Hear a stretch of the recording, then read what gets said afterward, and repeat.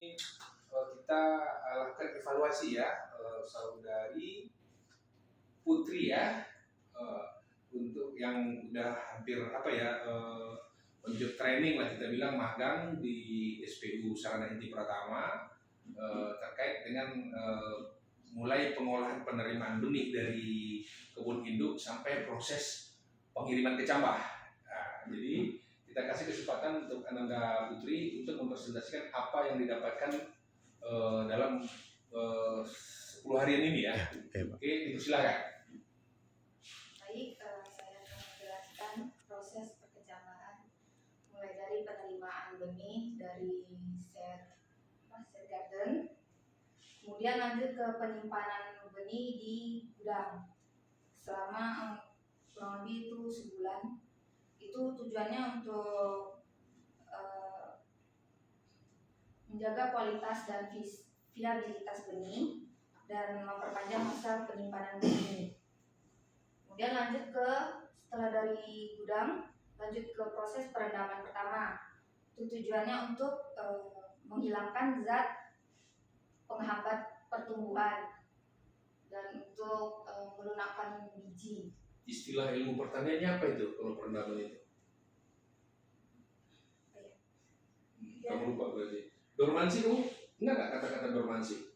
Nah, jadi kita tujuannya perendaman itu untuk mematahkan salah satu proses dari pematahkan dormansi. Tapi bukan di situ mematahkan tahap awal untuk mematahkan dormansi, itulah tahap awalnya. Nanti ada proses selanjutnya lagi untuk pematahkan dormansi, gitu Bu ya. Jadi perendaman itu adalah salah satu tahap awal proses pematahan dormansi untuk benih kelapa sawit. Kira aja. Pada proses perendaman ini benih direndam dengan suhu airnya itu sekitar 20 sampai 35 derajat Celcius. Suhu standar lah ya. Ya, suhu standar. Jadi kalau kamu ingat kali yang penting suhu standar. Itu benih dimasukkan ke dalam polimer dan direndam di dalam bak perendaman kurang lebih selama 7 hari atau 6 hari. Tujuan dimasuk ke dalam polimer apa? Biar dia nggak bercampur dengan benih lainnya. Oke, biar antara satu persilangan dengan persilangan lainnya tidak bercampur. Itu kemudian selama proses perendaman ini air selalu diganti setiap harinya. Terus pada hari ke-6. Kenapa air harus diganti? Biarin aja kenapa? Biar dia tetap stabil Pak. Karena kan airnya pasti agak keruh. Iya Pak Sudi, apa memang supaya agak stabil? Iya, karena memang kalau dia itu kan ada mengeluarkan semacam zat yang berlendir-lendir dia, ya kan, dari biji itu. Nah, kalau dia kental gitu atau ada lendir-lendirnya itu nanti penyerapan jadi terhambat. Jadi kita ganti lagi seperti penyegaran. Penyegaran masuk lagi. Salah satunya itu dan yang jelas penambahan kalau air itu terlalu lama kan kontaminasi jamur atau Iya, bakterinya kan tinggi. Iya. Jadi tujuan utama sebenarnya supaya tidak terkontaminasi terhadap jamur dan bakteri. Iya. Itu yang lebih utama ya. Dan ketika kamu rendam dia mengeluarkan lendir-lendir itu kan memicu nanti jamur, bakteri supaya si benih tadi tidak berjamur, karena kalau udah berjamur berarti kan berisiko jadi busuk. Kecambahan busuk ya. Oke, lanjut. Itu setelah proses perendaman, kemudian benih diangkat, lalu ditiriskan, kemudian dilakukan. Berapa lama merendamnya? Perendaman itu berapa lama? Untuk perendaman yang tahap pertama tadi kamu bilang tadi sekitar 6 hari. Ya? Iya, bisa kalau untuk rendam satu sekitar 6 hari. Sebenarnya dia kan kita mau menaikkan 0,5 sampai 1% kadar airnya per hari untuk mencapai target. Lalu kemudian benih dilakukan perendaman dengan larutan fungisida selama kurang lebih 5 menit. Terus setelah melalui proses perendaman pertama, benih dimasukkan ke dalam ruangan germinator atau ruang pemanasan. Itu ruang pemanasan dengan suhu 40 derajat Celcius minus 1 dengan kelembapannya 60 sampai 80%. Plus minus 1 ya? Iya, plus minus 1. Dalam ruang pemanasan ini itu kurang lebih selama 8 minggu atau 2 bulan. Setiap 1 kali seminggu itu dilakukan perawatan itu benih dikeluarkan dari ruang germinator, kemudian dilakukan uji sampel kadar air benih dan Ya. embrio benih. Berapa kadar air yang diharapkan supaya terjaga di angka berapa? Di angka 16-19%. Oke. Kemudian jika kadar airnya besar dari 19%, maka dilakukan kering angin lagi. Iya. Jika kadar airnya kurang dari 16%, maka dilakukan penyemprotan dengan larutan fungisida atau dilakukan lagi perendaman sampai kadar airnya sesuai. Kenapa Put? Kalau dia lebih harus dikering anginkan, kalau dia kurang harus dilembabkan. Apa tujuannya supaya dia 16 sampai 19 itu kita jaga? Dapat Putri?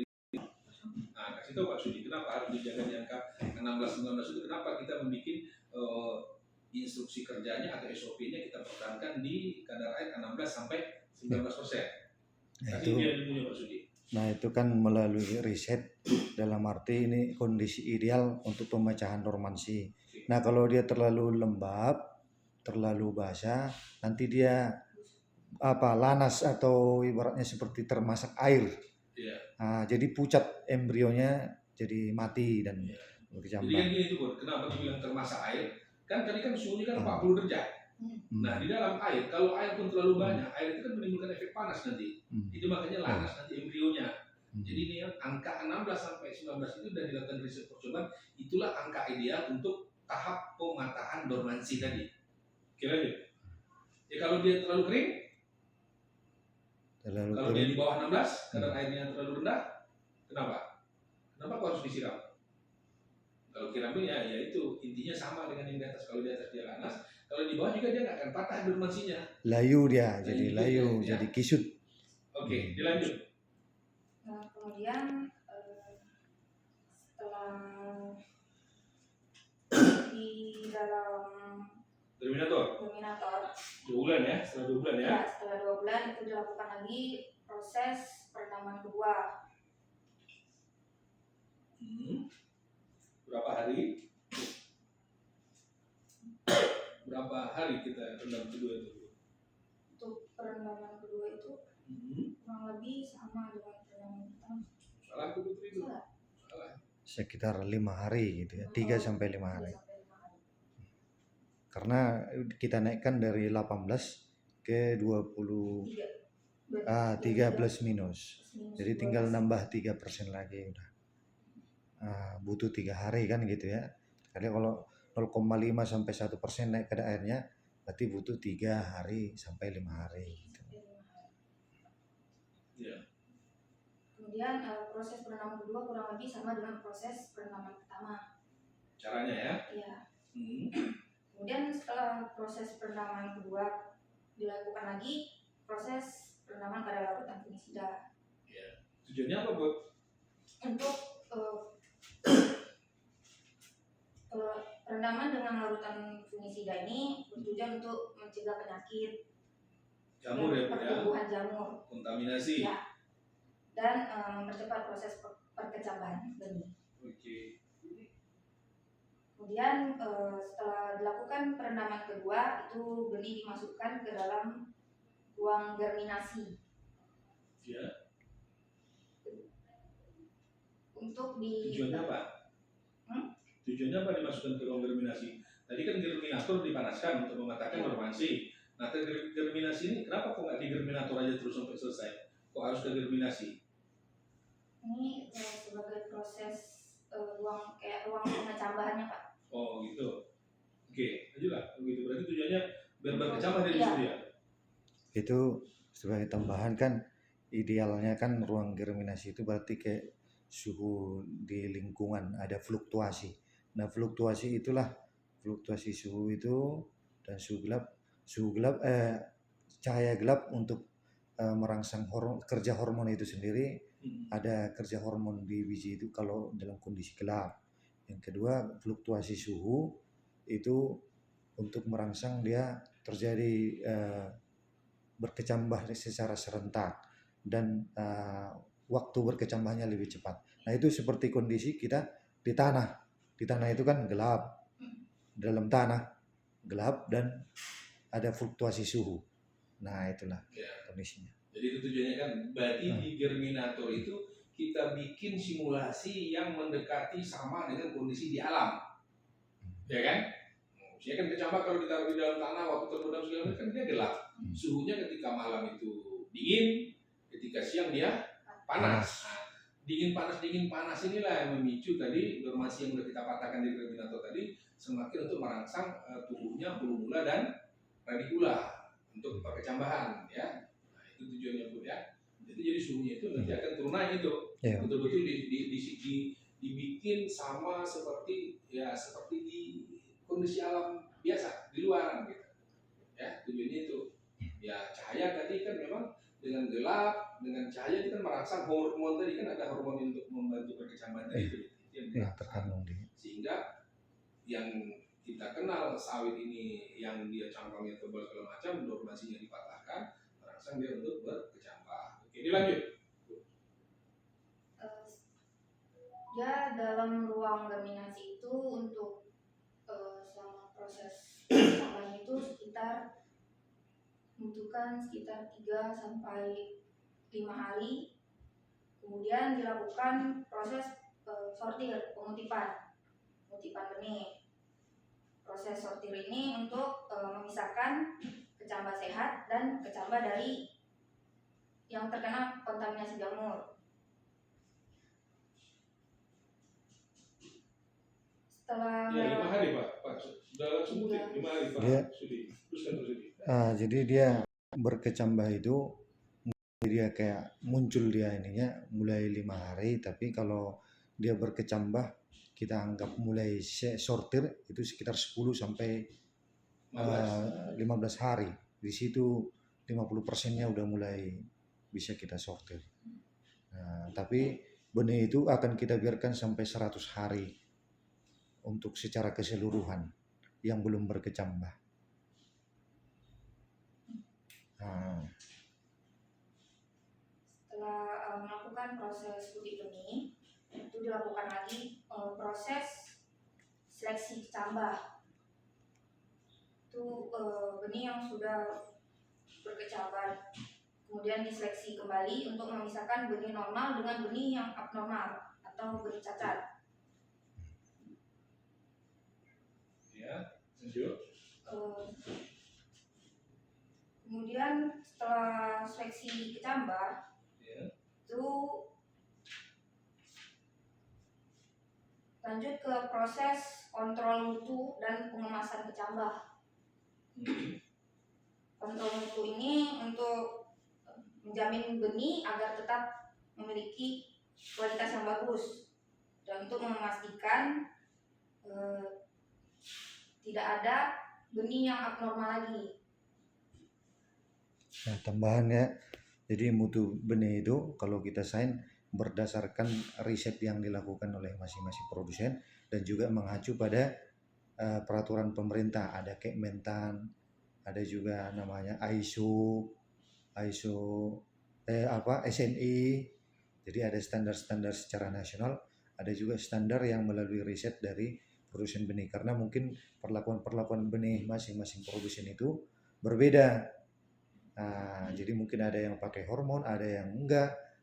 Nah, tentu berbeda juga respon benihnya, tapi kualitas benih yang kita pasarkan itu melalui uji di pembibitan. Bahwa yang seperti ini normal nanti bibitannya, yang seperti ini tidak normal. Itulah yang tidak normal, itulah yang betul-betul kita tetapkan untuk di afkir. Sehingga si petani itu afkirnya tidak tinggi lagi, benihnya nanti dibibit tidak tinggi, paling maksimal 20%. Gitu.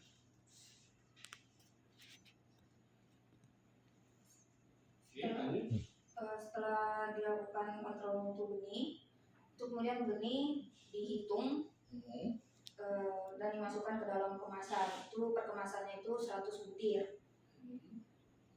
Sebelum dimasukkan ke kemasan itu terlebih dahulu dilakukan penyemprotan pengisida agar tetap menjaga kelembapan pada benih. Kemudian pada setiap kemasannya itu dimasukkan butiran styrofoam. Itu gunanya untuk agar di dalam kemasan itu terdapat rongga. Jadi benih tidak gampang patah cabangnya. Beredam lah ya Bu ya, untuk pengaman Iya. kecambah ya, supaya dia lebih aman lagi dalam pengiriman nantinya. Kemudian pada setiap kantong itu dilengkapi dengan label identitasnya. Terus kantong diikat menggunakan kabel T dan disusun sesuai urutan kemasan. Kemudian benih yang sudah dikemas itu dimasukkan ke dalam box sesuai dengan jumlah butir jumlah butir yang dipesan oleh konsumen. Ya, tambahan benih yang kita kemas itu setelah lebih dulu disertifikasi atau diperiksa oleh sertifikasi mutu atau diperiksa oleh Dinas Perkebunan sebagai yang memegang wewenang untuk menjamin mutu. Ada UPT namanya UPT sertifikasi mutu benih. Itu di bawah Dinas Perkebunan tingkat provinsi. Yang di kabupaten nggak ada, tingkat provinsi sampai Balai Besar Benih.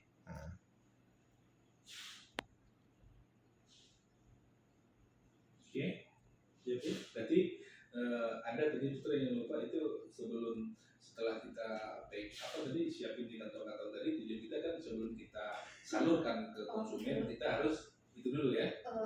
Penambahan oksigen. Ya, enggak maksudnya itu tadi. Sertifikasi Kita mutu. sertifikasi dulu.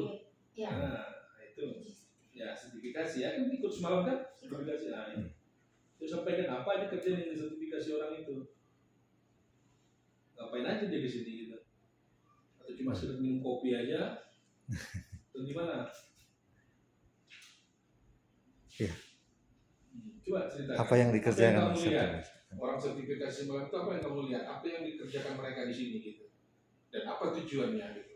Kan harus tahu gitu dasarnya apa, kenapa harus disertifikasi, tujuannya apa, dan landasan hukumnya apa? Tahu nggak? Nah, kurang itu yang dibilang Pak Sudi tadi sekarang. Jadi tujuannya sesuai dengan Kementan nomor 4 tahun 2025 sebagai syarat benih itu boleh disalurkan ke konsumen harus disertifikasi dulu oleh pemerintah. Nah, yang bertanggung jawab dalam hal ini UPT, unit pelaksana teknis, pengawasan dan sertifikasi benih dari Dinas Perkebunan Provinsi. Nah, mereka datang ke sini dan yang mensertifikasi itu adalah PBT, pengawas bibit tanaman namanya ya Pak Sudi. Mereka udah punya lisensi untuk mensertifikasi bibit tadi gitu. Jadi dari situ mereka udah betul memang udah punya kemampuan untuk mensertifikasi benih tadi itu. Nah, dengan legalitas mereka tadi itulah mereka melihat nanti mana bibit yang boleh disalur, mana kecambah yang tidak boleh disalur. Nah, setelah mereka menyatakan sampel yang kita tadi sampel ya, itu nggak semuanya cukup sampel 0,3% ya Pak Sudi ya. Dari sampel itu dari yang akan kita salurkan itu nanti akan diperiksa mereka. Nah, apabila mereka menyatakan layak nanti akan keluar nanti sertifikat atau dokumen namanya SKPU, surat keterangan pemeriksaan kecambah kelapa sawit namanya SKKPS gitu ya. Dan sekarang namanya sertifikat mutu benih. Itu udah berubah. Masih baru berubah. Baru nih ya? Setelah Kementan yang baru ini, Pak. Bukan SKKPS lagi ya? Bukan SKKPS lagi. Sertifikat mutu benih ya? Sertifikat lebih mutu keren lagi benih. lah. Bahwa memang benih tadi udah standar mutunya udah disertifikasi oleh pemerintah. Nah, itu pun ya. Sertifikat mutu benih SMU udah berarti ya? Iya, SMU jadinya. SMB. Sertifikat mutu benih ya. Jadi SMB lagi nama. Kalau dulu orang bilang SKPU, habis itu SKKPS, habis sekarang jadi SMB. Nah, atas dasar sertifikasi dari sertifikat tadi itulah baru kita nanti bisa mengirim ke konsumen. Baik kita mau mengurus karantina ataupun hal yang lainnya untuk pengiriman yang dibutuhkan dokumennya. Gitu pun ya, tujuannya itu. Jadi kalau belum disertifikasi oleh itu, benih kita salurkan berarti itu tidak boleh. Kita melanggar undang-undang tadi Kementan nomor 4 tahun 2025. Ya, di situ ada, nanti kamu perlu belajar juga itu. Kamu nanti bisa download Kementan nomor 4 tahun 2025, pelajari di situ.